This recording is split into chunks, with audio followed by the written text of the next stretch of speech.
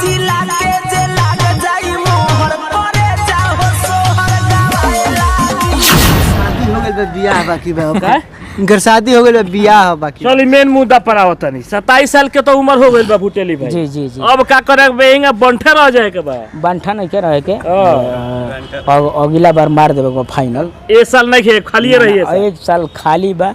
ये साल में कोनो कंप्रोमाइज ना ओकरा बाद वो साल में माने ऑफर किसी को कोई के लेवे के चाहे तो ऑफर ले सके तो 1 साल ले 1 साल से ओकरा बाद से नो एंट्री लग जाए। नो एंट्री लग जाए। नो एंट्री लग जाए। अच्छा शादी विवाह करे बचन से तो सन से मोरे रंगदारी कोरी दे रंगदारी देखिए और काम तो मिली तो केहू को संग रहुआ से लेकिन मजा की में आवेला और मजा हीरोइन के संग नहीं मिली। हीरोइन संग मजा आवेला। ए तो तो खेलावे लागत होई संग जोड़ी आगे जाई उ तो गोदिए में ले खेलावे लागत होई संग ऐसन बात लइका बोले ला खाली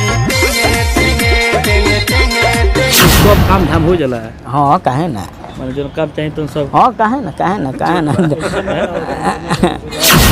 हीरोइनिया भागेली से तो पकड़ा जली से। हां पकड़े से काहे ना मारा के निके पकड़ाली से दौड़ के की रुकवावे पड़े ना रुकवा पर धो के पकड़ लेबे के बाकी दो। बात बताओ तुम मर्द के साथ रहबू की लवर के साथ? मतलब कि एक दूसरे से होला उंगा तोरो मन करला कि बस वैसे मन उब गइल बा ना ऐसा बात नहीं कि हमार मन ना। हां मन करेला अल्लाह काहे ना। अच्छा हीरो के संग काम करे के मन करला कि हीरोइन के संग? के दिन ना अभी मान के चलो मेहरारू बड़ी इनका पूछब का हाल बा ठीक बड़ू हो एकदम ठीक बानी हो। का होता है क्या होता है ये शूटिंग चलता है। अच्छा बगल में जिस शख्स को आप देख रहे हैं छोटा पैक बड़ा धमाका जान पहचान की मोहताज नहीं क्योंकि रवि किशन मनोज तिवारी पवन सिंह खेसारी लाल यादव के साथ नहीं है बहुत सारा काम कर चुके हैं। चलिए हम इनके भाई का ऐसा रहस्य भी बताएंगे इनको शादी के लेकर मेरे वीडियो पर बने रहे। चलिए सबसे पहले विस्तार से भुटेली भाई स्वागत है। बहुत बहुत धन्यवाद राहुल न्यूज में जे भी देखा था सब एजीएस न्यूज के ये भी देखा था दर्शक के सबके प्रणाम। चलिए बहुत बढ़िया बा काहे वो बस खड़ा बनी तनी सा बैठ जाई। बैठ गई नहीं चली हम लोग खड़ा नहीं ढेर देर से अभी बैठ गइल बनी। हां बैठ गइल तनी से खड़ा हो जाई तो एक बेर वाह बैठ जाई बुझाला ना बैठ ना बुझाला लेकिन चलिए बैठिए के तनी से बात कर ली। अच्छा केकरा संगे काम कर लेले बनी? सबके संगे काम लगभग सब स्टार लोग के साथ काम कर लेले बनी। अभी रवि किशन भैया के संगे सुर संग्राम एगो हमार शो चलत रहलस तो हम अभी सुर संग्राम में हम आवत रहनी। ओकरा बाद लैला मजनू फिल्म आई ओ तमाम बहुत सारा फिल्म आई सब लोग के साथ काम कइली। माने खेसारी लाल पवन सिंह नहीं रहू सब मारे सब लोग के साथ में। अच्छा काम सब के संग कर ले। हां जी जी। अच्छा कोद कितना बराबरी बता? हमार 3 फुट बा। माने जुतवा पहन के जुतवा छोड़ के? ना जूता छोड़िए के जुतवा छोड़ के 3 फीट बा 3 फुट।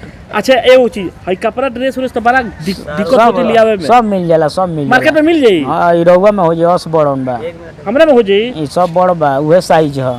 उ का भेल कटावल में कोई में ढुका दियल ना ओसा घुसा देहल जाएगा एकरा के। माने हेता बड़ा जींसवा किन के एकरा का अंदरवा डाल दो। हां अंदर आवा के देखते बने हई मैं सब उहे मैं लेपटा गेल बा। अच्छा एगो चीज बताई चलिए एगो सबसे पहले शुरुआत से पहले एगो संगीत एगो गाना से पहले शुरू कर लिया हमने। अच्छा गाना गाइए। अच्छा चलिए गाना गा देता नहीं दर्शक का आशीर्वाद रहे के गाना गा दिए कि सनहिया लगावल बहुत बात नहीं छे सनहिया लगावल बहुत बात नहीं छे नजरिया चुरावल बहुत बात होला नजरिया चुरावल बहुत बात होला। मैं आसर बहुत दिन के बाद से सिवान में पहुंचल बाबे। हाँ सिवान में हम पहुंचल बनी कहाँ है अभी हमार फिल्म के अभी शूटिंग चलता शूटिंग पर। हाँ जेकर नाम फिल्म अखिया तोहार कमाल कहिएगा बहुत माने ये 3-4 दिन से अभी शूटिंग चलता माने शूटिंग खतरा रहो सिवान में पहुंचे। सिवान में। अच्छा एगो चीज बताई कहीं ना कहीं बहुत कलाकार के लोग के संगे जैसे बड़ा बड़ा खेसारी हो गए पवन सिंह हो सबके संगे काम कर नीमन केकरा संगे लागेला? नीमन तिकारा संगे सबके साथ लागेला नीमन माने एगो फेवरेट होय न फेवरेट का सब कोई बा गोदी में लेके जानी खो दिए जिया जी मजा मिला तो गाना पूरा कर दिया। अरे की गोदी में लेके जानी खो दिए जीजा जी गोदी में लेके जानी खो दिए जीजा जी बस का ना काम धाम सब हो जाए। हां देहे न छोट बा ट्राई कर ले बनी और ओकरा बाद मौज ठीक बा बाकी सब ठीक बा। हाँ। माने काम था कोई जैसे घर के काम दाम हो गए, अरे- सब्जी उब्जी ले आवल चाहे कहीं गए। हम बुझत नहीं रहो जौन पूछत नहीं बात हमारो परेशानी का होला कद के लेके? परेशानी कुछ ना होला, परेशानी कोना बात को, हम वो इंसान है नहीं। माने शुरुआत में कहीं ना कहीं बहुत लोग गांव के लोग मन ताना मारत हुई कि देखो ये छोट बा आज छोटा पैक बड़ा धमाका बन हो गइल बा। हाँ आज की डेट में, आज की डेट में हो गइल बा। पहले बस- जो नाराजगी लोग रहे, जो ना खुश रहे तो उ तो अब एबरा खुशी जाहिर करत ये बार खुशी गाइड करता सब। हमरा याद है बड़ा लोग आके इंटरव्यू लेवे बड़ा तरह की पूरा भीड़ लागे द्वार पर, इंटरव्यू पे खतरा लोग ताता लागो रहे। बस हाँ हाँ। हैं? अच्छा एगो गाना एगो और कोनो पवन सिंह के कोनो गाना सुनाई। अच्छा कौन भैया के गाना गाएंगे? ना कि रूपवा सलोना एहे धनिया हो, मन करे निहारत रही अखिया के राहे तस्वीर तोहर और दिल में उतारत रही। रूपवा सलोना ए धनिया हो, मन करे निहारत रही। अच्छा ये फिल्मी दुनिया में मन के यहाँ कोई की बाला कि बहुत ऐसा काम रहला, पढ़ाई लिखाई पढ़कर डॉक्टर कलेक्टर इंजीनियर बने के, लेकिन भाई फिल्मी दुनिया में के दिमाग में घुस गए। अब हमार कौन आर्मी में डॉक्टरी में कौन नौकरी हम तो सुना तो नहीं का पुलिस आर्मी में जाके तैयारी करतला।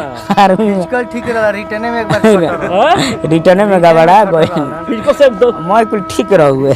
बाकी सब ठीक रहे। हाँ रिटर्न में मार देला सोना। कल निकालिए लला, हाइटो ठीक रहेंगे। अच्छा चलला पर दौड़ कर लो। हाँ पूरा दौड़ पूरा हो गया। हाँ पूरा। अच्छा